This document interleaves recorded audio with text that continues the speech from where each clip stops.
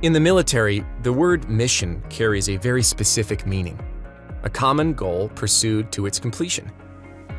But what happens when you hear those words, mission accomplished? What comes after? When military service ends, the thought of finding a new mission can be overwhelming. How do you decide on your next mission? Many veterans decide to further their education after returning to civilian life. Whether you recently left active duty or have been a veteran for many years, going to college after military service can be exciting and it can present new possibilities. But, as with any new mission, it can also be challenging. It can be hard to juggle the demands of school with other aspects of civilian life, and you might find yourself frustrated when you interact with people who don't understand your military experiences. It's important to be aware of the difficulties you may have to deal with and the steps you can take to address them.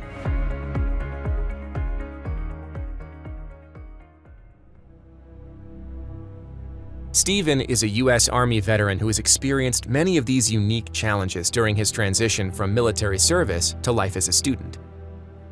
While he spent most of his time in the U.S. Army working a desk job, he came under indirect fire while on patrol when he was deployed to the Middle East. I wasn't an infantryman or CAV. I was with a CAV unit, but I was human intelligence, so I spent a lot of my time behind a desk. And then for part of my deployment, we did some patrols through Bakuba, outside of FOB Warhorse. So most of my incidents, if you can call them that, were indirect fire. After returning to the U.S. and transitioning out of the service, Stephen experienced sensory triggers and flashbacks. Sudden, loud noises instantly returned his mind to an attack he had experienced on base. My triggers have always been sudden, loud noises, and that goes directly to indirect fire. Anytime you have a sudden, boom, you're not expecting, it's going to set anybody off. And then when you instantly have that turn into a flashback to, the time that you took 20, IDF rounds coming in on your base. I was at a gym in the UAE, of all places, when I was working for the Air Force. If you work with sound equipment, you don't pull a cable while it's live, you shut it off. Well, they didn't know that, they pulled the cable. The volume was up really high, so it made a really loud, sudden noise, and I had to leave. Those triggers still exist even now, but for a while they were really sensitive for me. So that was really when I first started going, wait, something's not quite right here. I shouldn't have that much of an aversion to this.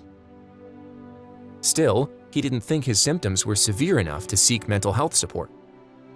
Like many veterans, Stephen downplayed his symptoms and trauma, partly because he thought other veterans, like those who served in the infantry, the cavalry, or special operations forces, had lived through worse experiences. Because I wasn't an infantryman, because I wasn't CAV or special operations or anything like that, a lot of times I felt like, I couldn't have PTSD because I didn't go through what those guys went through. Even today, there's still a stigma that exists that if you weren't a door kicker, if you weren't going out and taking, small arms fire and going through objectives, that you can't have PTSD. There's no way. It's important that folks understand that PTSD has so many layers. I was diagnosed with mild to moderate PTSD, and that goes obviously all the way up to severe. I know folks who sat in an air-conditioned building for their entire deployment, and their PTSD came in the form of having to listen on the radio as their friends came into contact and unfortunately lost, members of their squad or their platoon. PTSD can present itself in any way that's traumatic to the person. I think it's really important that folks remember that it's not just one experience that can cause PTSD, and that it's okay to admit that you have some things that you need to work through.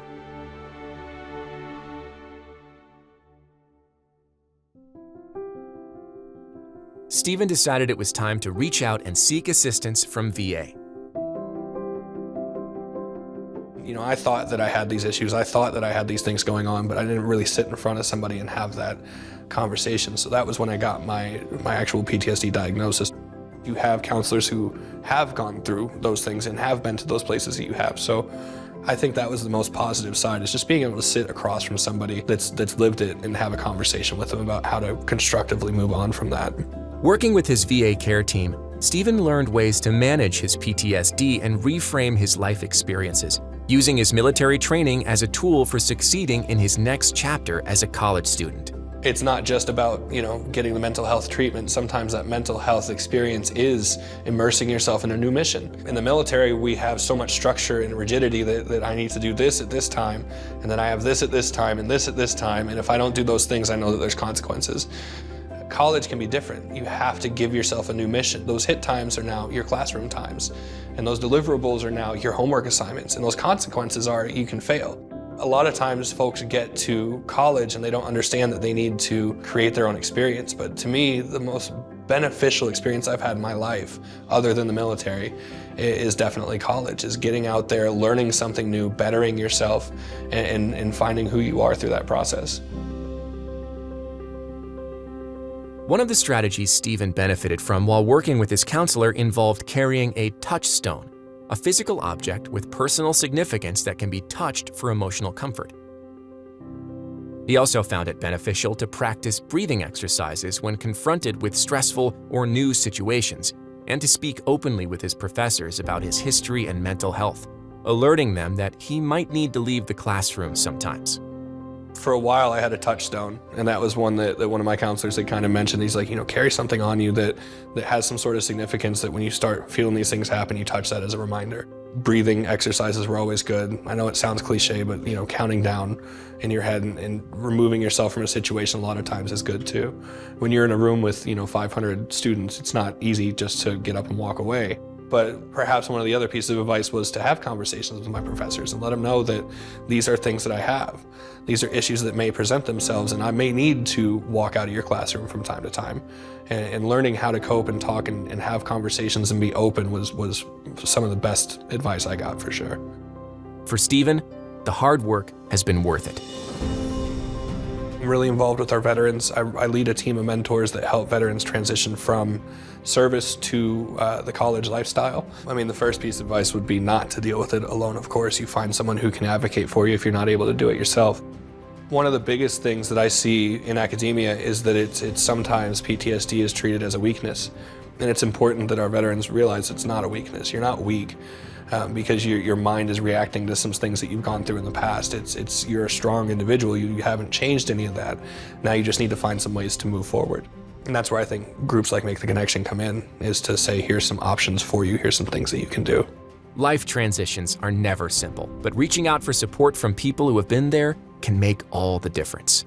I really believe in what Make the Connection is doing. There's such a wide network of support for veterans out there.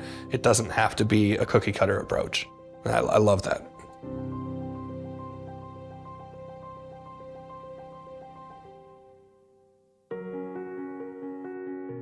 There are many opportunities waiting for you after mission accomplished. Whether that is furthering your education, starting a new job, or pursuing a passion, resources are available to make sure you're in the best position to accomplish that next goal. Stephen got the help he needed. So can you.